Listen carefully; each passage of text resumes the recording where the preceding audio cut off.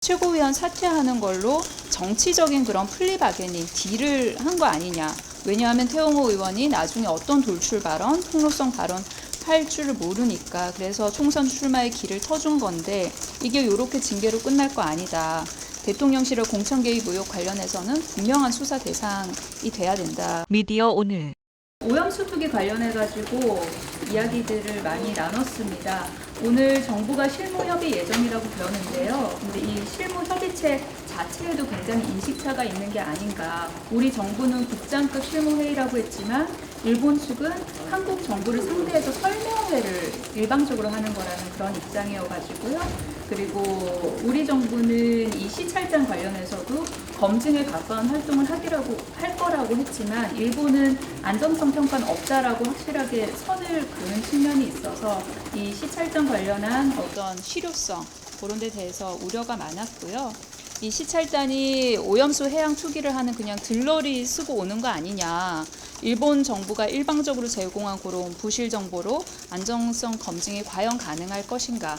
그래서 이게 좀 실효적으로 가려면 일회성으로 가서는 안 된다. 지속적이고 주기적인 그런 검증, 조사 기회가 보장돼야 되고 정부는 그 정도까지 협의를 이끌어내야 된다라는 그런 이야기들이 있었습니다. 그리고 이 국제사회는 계속해서 좀 반발하고 있지 않습니까? 오염수 투기 관련해서. 그래서 이제 윤 정부가 이달 말에 한국과 그 태도국 정상회의 기점으로 해서 국제사회와 함께 오염수 해양 투기 공동 대응 나서야 한다라는 이야기들 나눴습니다. 국민의힘 태영호 의원 징계 관련해서는요. 그 태영호 의원이 본인이 거짓말했다, 본인이 그냥 없는 소리 했다 그렇게 다 뒤집어 쓰고 최고위원 사퇴하는 걸로 정치적인 그런 플리바게닝, 딜을 한 거 아니냐. 왜냐하면 태영호 의원이 나중에 어떤 돌출 발언, 폭로성 발언 할 줄을 모르니까. 그래서 총선 출마의 길을 터준 건데 이게 이렇게 징계로 끝날 거 아니다. 대통령실의 공천 개입 의혹 관련해서는 분명한 수사 대상이 돼야 된다라는 그런 이야기 했습니다. 또 김관진 국방혁신위원 임용이 부적절하다는 이야기 나눴고요. 왜냐하면 댓글 공작 혐의로 재판 중이지 않습니까? 그리고 특히 이 과거 댓글 공작 사건 책임자가 윤석열 중앙지검장이었습니다.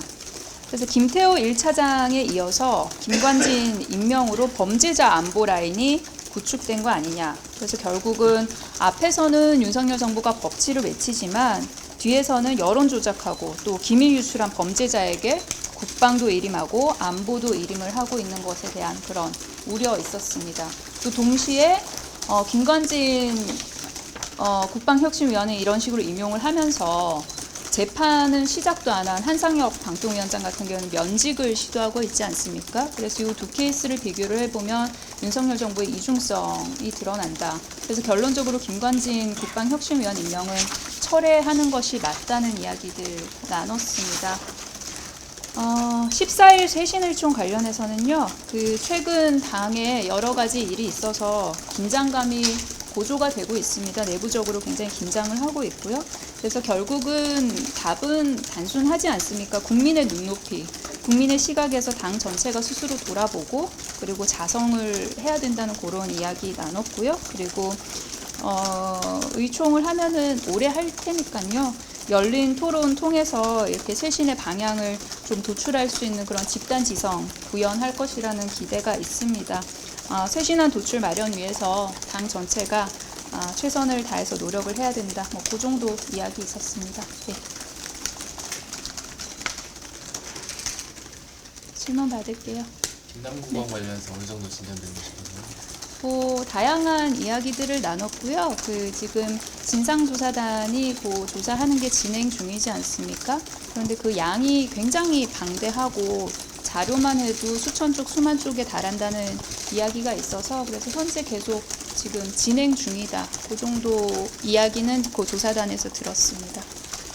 근데 지금 자료가 수천 쪽, 수만 쪽이라는 것 자체가 애초에 김남국 의원이 해명한 양보하는 배치가 되는 게 아니에요? 처음에는 이 정도만 있다고 딱 이게 끝이라고 얘기했는데 계속 뭐가 나오고 있는 상황인 거잖아요. 본인은 조금 축약적으로 이야기를 했던 것 같고요. 그래서 본인이 이제 해명한 거에 언론에서 추가적으로 계속 이제 제기하는 의혹 관련해서도 조사단에서 들여다봐야 되니까요. 그거 관련해 가지고도 이제 자료를 제출을 받아서 그래서 자료가 굉장히 좀 방대한 걸로 알고 있습니다. 김남국 의원님 코인은 다 매각하신 거예요? 그거는 제가 확인을 못 해봤습니다.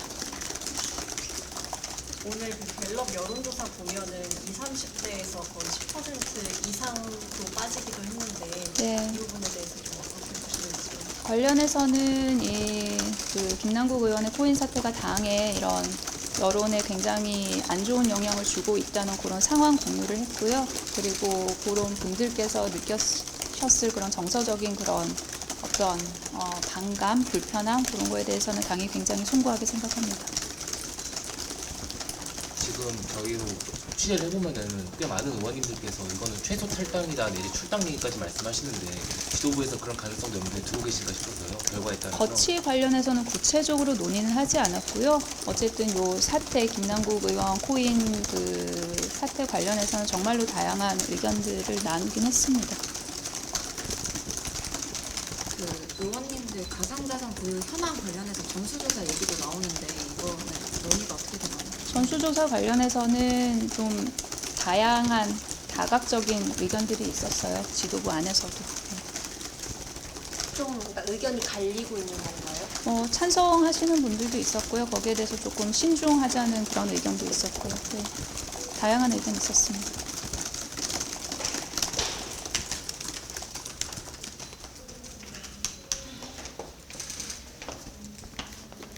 이 정도 하면 예. 네. 죄송해요 늦게 해가지고. 아닙니다. 네네. 수고하십시오. 네.